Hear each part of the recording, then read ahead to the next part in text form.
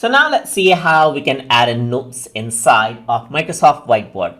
So of course you can go around and then add in regular text right here. But if you want something like a sticky note, then you can go around over here. If I were to click here, this is the note. So now what you can do is you can type in something important right here, just like this. So if I were to click outside, click and drag this around, then you can see that the note is just like this right here. And then you can resize it out according to how you like as well. And then place it wherever you want.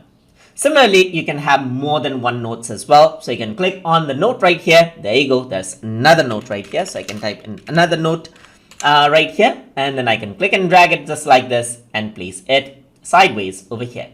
So just like this, you can see that if you want to edit the note, you can go around over here onto the edit note section. And then you can edit it away right there. If you were to go around onto note right here, you can like the note as well, just like this. And that is how you actually work around. Similarly, you can go around with the background color of the note as well. So if I were to click here, you can choose the background color and then you can change the look of the note over here as well. You can go around, copy this out. You can right click and paste out the note over here just like this. And then you can go around and delete the note as well. If I were to go around over here, you can see that you can cut the note. You can right click and paste the note out as well. And that is how you can work around with the note feature and work around with notes inside of Microsoft Whiteboard.